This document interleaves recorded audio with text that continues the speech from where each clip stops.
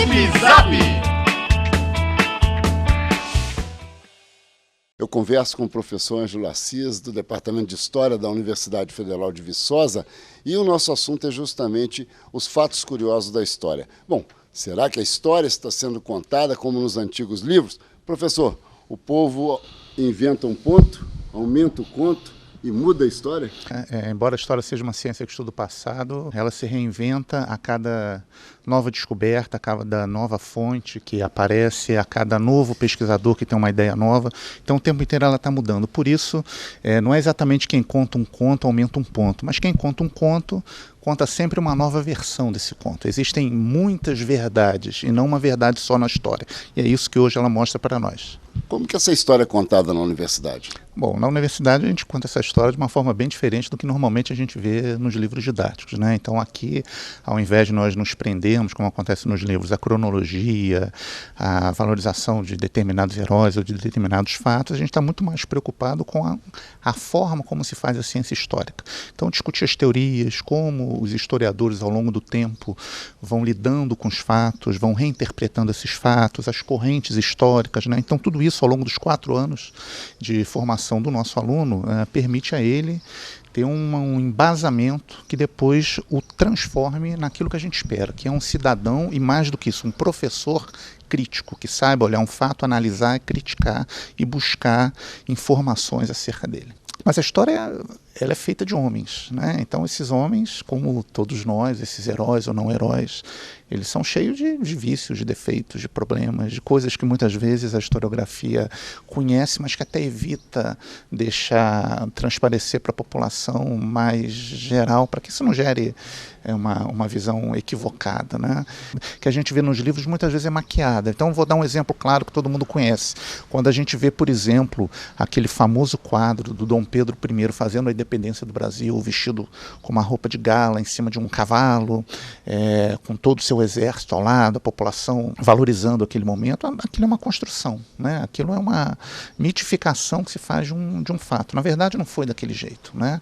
Mas mesmo nós, historiadores, que sabemos que não foi assim, quando se fala em independência do Brasil, uma das primeiras imagens que vem é desse quadro, né? Então, de alguma forma, isso cria uma noção, né, de ligação com o passado para tentar valorizar isso. A figura do Tiradentes, a mesma coisa, né? Essa cristificação, ou seja, essa necessidade que se teve num determinado momento da história de colocar o Tiradentes quase como uma figura de Jesus Cristo, né? O Jesus Cristo brasileiro, que veio para nos salvar, que veio para trazer a liberdade da pátria. Se 10 vidas eu tivesse, 10 vidas eu daria, né? Em muitos pontos se aproximando com o próprio discurso cristão, né? Então, isso tudo é uma construção da história.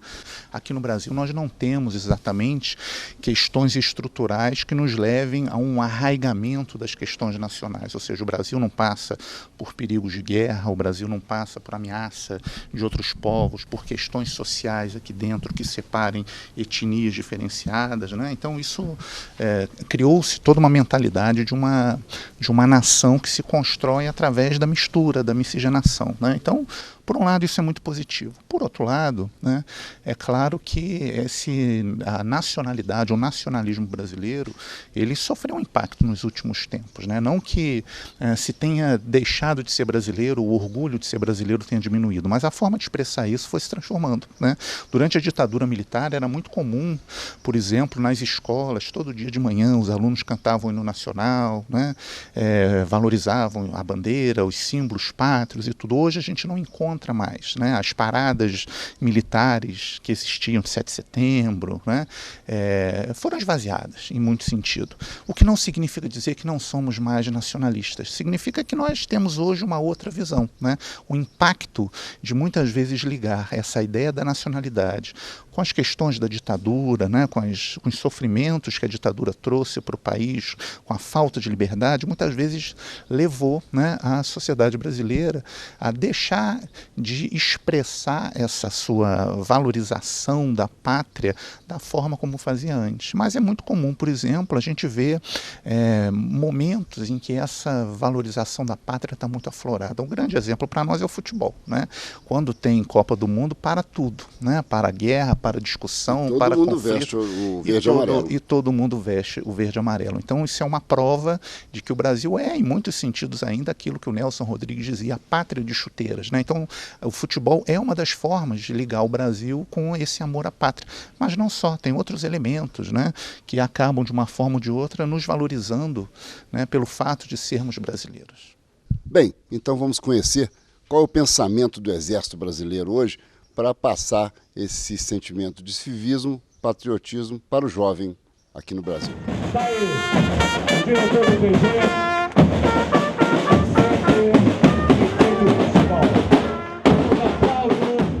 O Exército Brasileiro hoje, ele visa formar um cidadão mais completo, mais participativo, não só na sua comunidade, mas como no seu estado, no seu país, um cidadão com a mente mais aberta. Uma das tradições do Exército Brasileiro, das Forças Armadas, é cultuar essas datas, né? A proclamação da República, a independência do Brasil, essas datas, né, que unem o povo brasileiro num mesmo viés. No nosso entender, assim, tá difícil trabalhar isso, porque elas foram esquecidas. Com isso, foi esquecido também a cultuação dos nossos símbolos nacionais, né, como a bandeira nacional, o hino nacional, o brasão das armas e o selo nacional.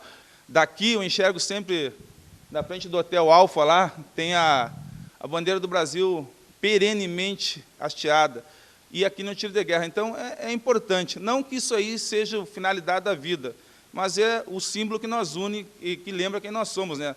Nossas origens, nossas riquezas, o que uniu, o que formou esse povo. Mochila bem pesada, pouca água no cantil, vencemos a batalha.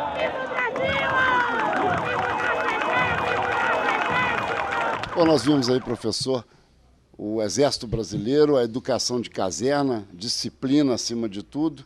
E agora vamos dar um passeio também lá no Centro Educacional, vamos ver como é que as professoras estão tratando desse tema na sala de aula. Esse estudo é feito através de contextualização, partindo da realidade do aluno, e também através de vídeos, né, de DVDs, através de fotos, através de internet.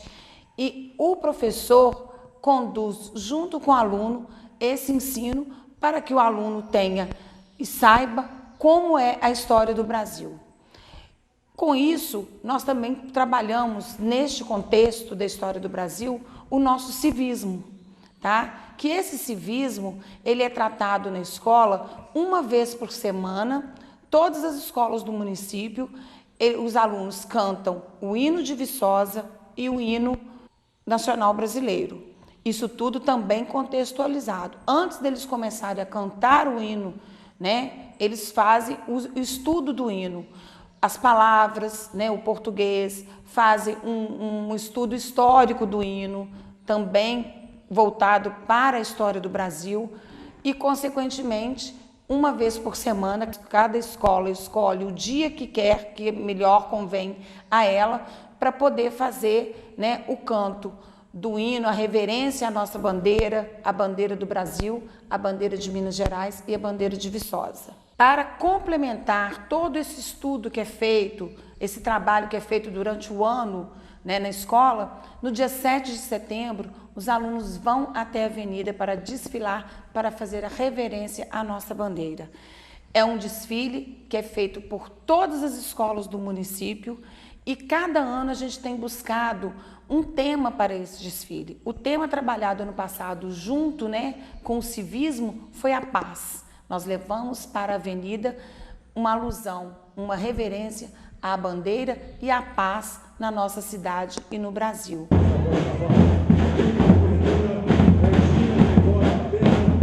Bem, nós vimos aí o desafio das professoras, né? Professor, considerações finais do nosso programa de história?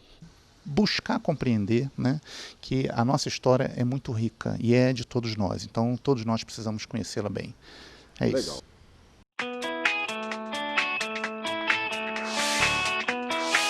Zip Zap!